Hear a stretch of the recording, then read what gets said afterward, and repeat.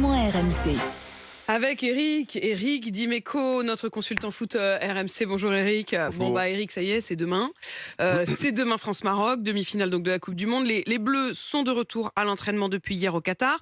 Raphaël Varane assure que les Bleus ont assez d'expérience pour éviter de tomber dans le piège de l'excès de confiance. Est-ce que, franchement Eric, vous êtes d'accord avec lui, ou est-ce que c'est notre piège ? C'est notre Non, défaut. mais c'est petit péché du Brice, là. Non, mais c'est même pas ça, c'est obligatoirement un piège.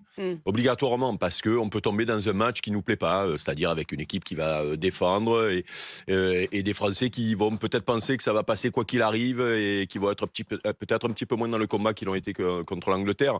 C'est toujours un piège, quoi qu'il arrive, quand on est soi-disant le plus fort contre eux, soi-disant le plus faible, ça peut arriver. Maintenant, c'est vrai que c'est un groupe qui a un entraîneur qui doit leur rabâcher depuis dimanche matin. Attention au Maroc, ils l'ont déjà fait 3 fois. On peut compter sur Didier Deschamps, à mon avis, pour... Coach Courbis, Roland Courbis sur RMC disait il faut jouer comme si on perdait au départ, comme si on avait un but de retard au début du match. Il faut se mettre dans cet état d'esprit un peu conquérant plutôt que s'agacer au fil du match. Le mot c'est conquérant. Sauf que le problème c'est que les conquérants c'est les autres là. Là, c'est sûr qu'au niveau valeur morale, combativité, ils ont montré les Marocains un niveau au-dessus de la moyenne. Il ne faut pas qu'on s'endorme en fait. Il faut que le risque. Non mais il ne faut pas perdre sa voix avant le match, Eric. Normalement c'est après quand même. Faut tenir là. Non, c'est-à-dire qu'il y a un côté aussi pour nous presque plus confortable. C'est-à-dire qu'on va avoir face à nous des gens qui sont beaucoup plus offensifs, qui ont plus faim, quoi. Oui, alors, c'est le gros problème de cette équipe de France-là. Même si on se rend compte sur cette compétition qu'elle a gommé peut-être tous ces petits défauts qu'on avait vus pendant les 2 dernières années, ou même qu'on voit généralement, c'est-à-dire contre une équipe qui défend, on est en difficulté. Voilà, là on a l'impression malgré tout qu'on a quelques assurances offensives qui peuvent nous permettre d'arriver à sortir d'un match galère. Mais, je le répète, à un moment donné, quand une équipe le fait 1 fois, 2 fois, 3 fois, voilà, parce que moi après l'Espagne, je me suis dit bon, mais les Marocains ils ont tellement donné, ils sont finis tellement fatigués que les Portugais ils vont se balader quoi. Et en réalité non. Est-ce que le risque c'est justement pas qu'on soit tenté des joueurs comme je sais pas, comme Dembélé, comme Mbappé, de jouer un peu à la baballe là où contre les Anglais ils n'avaient pas le choix, fallait être efficace, c'était un match de haut niveau. Et là face à une défense regroupée, est-ce qu'ils vont pas faire plus de touches de balle, essayer des petits dribbles, etc., des choses inefficaces sur la durée? Exactement, quand je te dis c'est inné.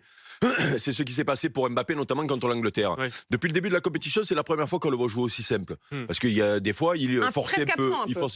Bon, absent, ça c'est à cause des Anglais qui ont mis le jouer. Ils l'ont bien enfermé. Ils ont le droit aussi d'être bons. Mais par contre, de vouloir en se disant, c'est moi qui vais faire la décision parce que c'est bloqué, parce qu'on n'y arrive pas. C'est le problème. Tout en ayant été averti, tout en ayant Didier Deschamps comme entraîneur, tout en ayant de l'expérience. Alors que là, ils nous écoutent, là, les Bleus. Ils se disent, bon, je veux les vraies raisons, les vrais conseils. Oui, parce que, Eric, bon, faut le dire. Parce qu'ils regardent les matchs aussi, ils sont pas fous. Donc ils ont réanalysé, ils ont regardé. Voilà. Qu'est-ce qu'il leur a dit? Essayons de nous mettre un petit peu dans ce moment où ils analysent le match. Eric, comment ça se passe? Ils regardent le match, ils mettent pause. Didier leur dit, bon, là, il aurait fallu faire ci, il aurait fallu faire ça. Non, je pense pas qu'il débriefe le match contre l'Angleterre. Par contre, les matchs des Marocains, ils ont dû regarder notamment leur capacité à bien défendre, à être bien organisé, et il a dû insister justement sur le côté état d'esprit. Voilà. Après, au niveau jeu, oui, il y a sûrement quelques failles qu'il a identifiées et sur lesquelles il va appuyer. Mais là, c'est surtout, on se méfie, regardez ce qu'ils ont fait, regardez comment les Espagnols ont galéré, regardez comment les Portugais ont galéré, et regardez nous ce qu'on doit faire pour pas galérer. C'est-à-dire peut-être, attention de ne pas tenter l'exploit individuel, attention de pas jouer à la baballe. Voilà, et d'utiliser la profondeur. Et de jouer davantage collectif, de faire bien attention à être collectif, c'est encore ça, on sait faire, mais c'est surtout, de pas trop jouer. La baballe, c'est le bon. Pas multiplier les touches de balle, de pas garder. La baballe, il est content, Charles. Les Espagnols. Non, on peut le dire, Charles. C'est le terme technique, baballe. Oui, baballe, c'est le jeu de baballe. C'est pour ça que ça plaît à tout le monde. On parle de ballon. Eric Dimeco, et il y en a un ce soir aussi de jeu de baballe. Argentine-Croatie, première demi-finale. Ce soir, donc, c'est à suivre à 20h sur RMC, bien sûr. Et puis demain, journée spéciale, radio officielle de la Coupe du Monde pour France-Maroc. Il est 7h13.